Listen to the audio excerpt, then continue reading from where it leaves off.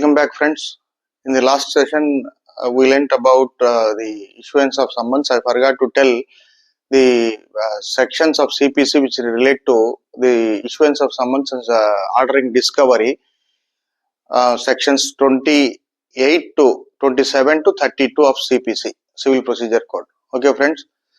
Now, we learn about written statement, set off, and counterclaim as per the provisions of Order 8 of Civil Procedure Code 1908.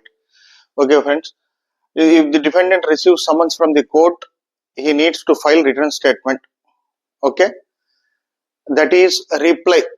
He has to either admit the allegations of the plaintiff or deny the allegations of the plaintiff, or he shall put up his separate case. Okay, that is called reply. In reply, in the legal terminology, it is called written statement of defense. Okay, friends, and Rule 1 of Order 8 says that the defendant shall file his written statement within 30 days from the date of receipt of summons, and as per the proviso of Rule 1 of Order 8 of CPC says that the time can be extended up to 90 days. Okay, friends, and the Honorable Supreme Court in Salem Bar Association says that this 90 days period can be extended on an application by the defendant under section 168 of Civil Procedure Code. Okay, friends, Rule 1A of Order 8 says that the defendant shall make a list of documents on which he rely and shall submit the documents along with his written statement. If he has no possession of any document which he relies upon, he shall mention in the written statement in whose possession or power the documents are in. Okay, and this rule again says that, sub-rule 3 says that if you mention in the written statement that the particular document is not in your possession and it is in possession of other document, then you can file that document subsequently during the proceedings of the suit with the leave of the court. Okay, maybe if you don't mention in whose possession the documents are, you may not be granted leave by the court to file those documents. Okay, friends, I also forgot to mention the corresponding section relating to filing of documents along with the plaint, which is dealt by Order 7, Rule 14 of Civil Procedure Code. Okay, friends, Rule 2 of Order 8 says that the defendant shall take all grounds necessary for his defenses, like maintainability of suit, questioning the maintainability of the suit itself, that is, the suit is not maintainable, and the contract, whether the contract is void or voidable, and whether the plaintiff or somebody else played fraud on him, and the suit is barred by limitation, and already the claim of the plaintiff has been released, or the performance the defendant is ready to perform his part of contract. It is the plaintiff that who has failed to perform his part of contract, like that. A payment, you can plead that in money suit that you already paid the amount, and you can challenge the illegality. You can allege and plead the illegality of the documents or the suit itself. Okay, friends, Rule 3 of Order 8 says that, friends, the allegations of the plaint filed by the plaintiff shall be denied by the defendant specifically, not generally. You can't you can't generally deny. You should deny the allegations of the plaintiff specifically. Okay, Rule 4 says that your denial should not be evasive, like may be correct, may not be correct, like that. Okay, and you should answer the point in substance specifically.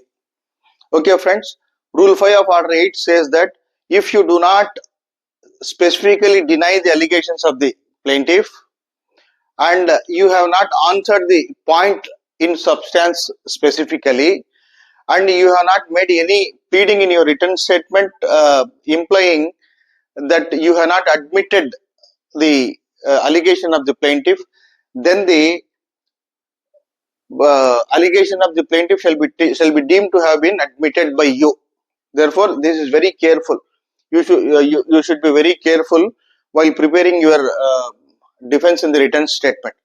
Okay, friends, this is admission.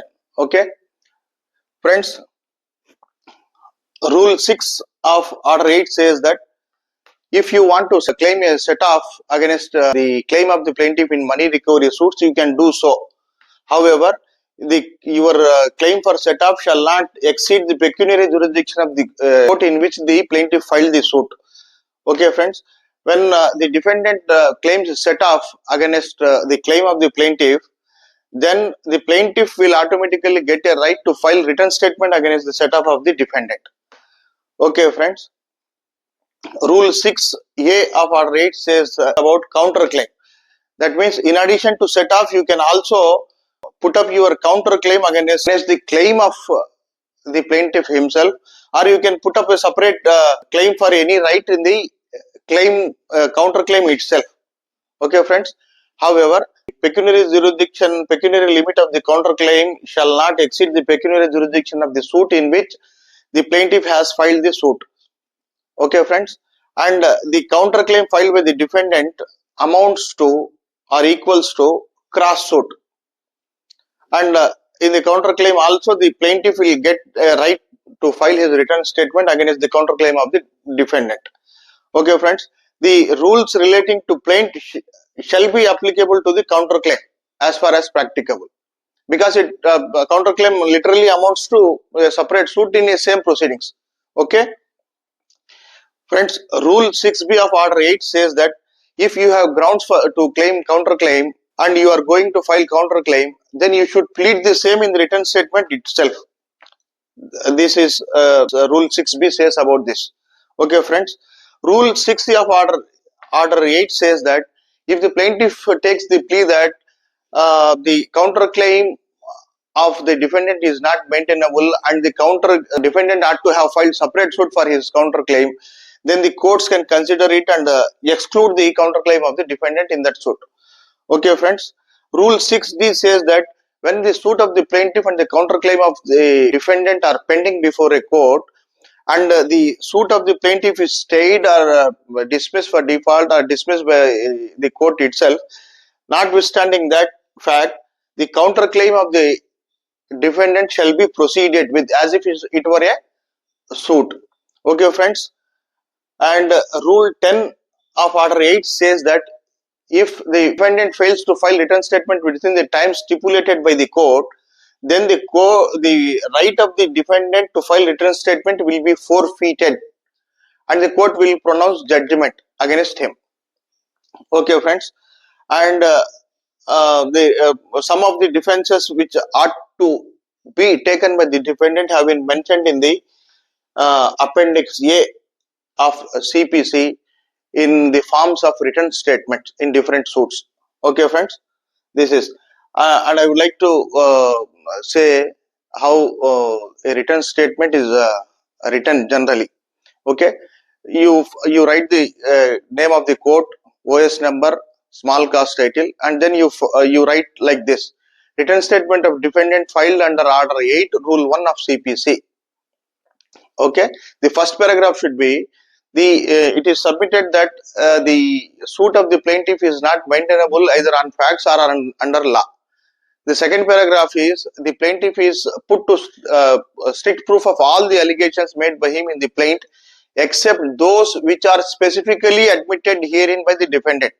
Okay, though you take that plea, but you should deny the allegations of the plaintiff specifically as per Rule 3 of Order 8. And next paragraph, you should specifically deny each allegation of the plaintiff. For instance, it is submitted that the allegation in para 3 of the plaint that inverted commas dash dash dash dash inverted commas close. In between these inverted commas, the allegation of the plaintiff would come, and you thereafter you would write like that: is utterly false. This allegation is utterly false and invented for the purpose of this suit. And if you want to add something to answer the point in substance. You can put up your own allegation while denying the specific allegation of the plaintiff. Okay, friends. Okay, that's all for now. See you in the next video.